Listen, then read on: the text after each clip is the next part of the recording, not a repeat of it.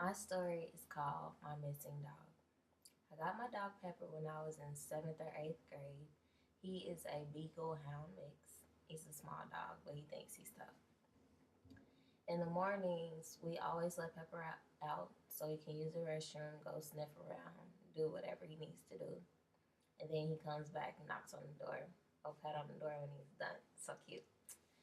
So sometimes though, Pepper would play crazy, basically, and we would yell his name like Pepper, Pepper, time to come in. And he'll be right there and just act like he didn't hear us. And so we offered him his favorite treat, which is a pig ear, or we said we would take him for a car ride.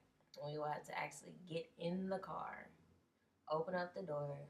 Get in the car, back out of the garage, open the door, and then he would come run over. So just so he would know that we weren't lying, we would at least take him about 2 blocks for a car ride. So when I went off to college, my mother was left doing this herself. So one day in the spring, she gave me a call and said that Pepper didn't come back in the morning. She couldn't wait around and offer him a rides and pig ears because she had to go to work. And that she got a call, and then animal control picked him up. So I said, okay. She told me she left some money on the kitchen table for me for when I came home and to get him out of the pound. So when my classes were finished around 1 o'clock, I drove home. My college was about an hour and 15 minutes away from where I lived. So when I pulled up to the driveway, I just ran in the house, got the money off the kitchen table, and left because I had a hair appointment that day, and I was still trying to make my hair appointment, which was at 3:30. So I drove to the pound, and I told the lady my mother said that my dog been picked up. They brought him here, and I just wanted to get him out. And she told me that they didn't pick up dogs where she was. It was strictly an adoption center. So I'm like, oh, okay. So I asked her, is this not Wayside Waifs? And she said no. And she told me how to get there. So when I finally got to Wayside Waifs, it was about 25 minutes from where the first pound was. The door wasn't open. So I knocked and knocked and knocked on the door. No one came. So I started beating on the door, and finally someone came. The lady was really nice. She said, may I help you? And she let me into the information desk. I told them the same thing. My mother said my dog been picked up this morning. I told her the area where we lived so they can have a estimate on, what truck was in this area, and that she gave me money to get him out.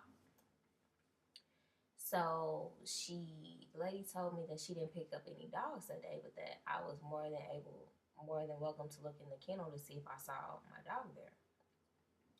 So she showed me the kennel, and I just walked through rows and rows of dogs.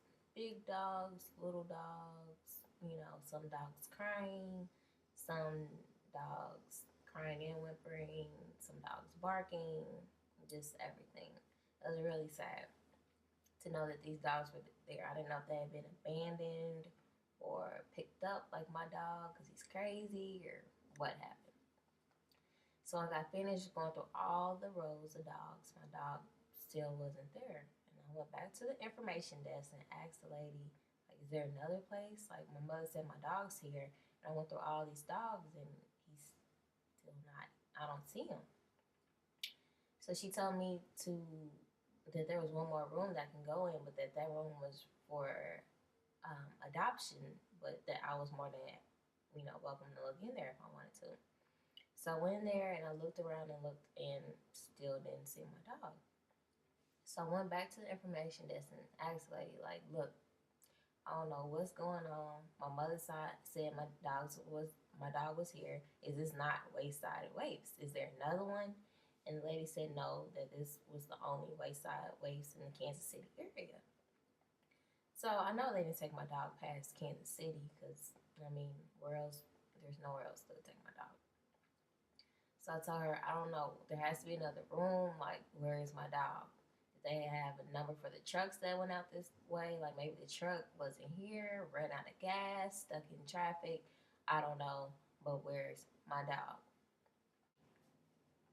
This wasn't the first time my dog had been to Wayside Waves, so I knew if my mother said that he was there, that he was there. Before, when we ordered pizza, my dog, like I said, he thought he was tough, so he ran out and bit the pizza man. So Pizza had called the police, and he went to jail, as we called it, for like a weekend.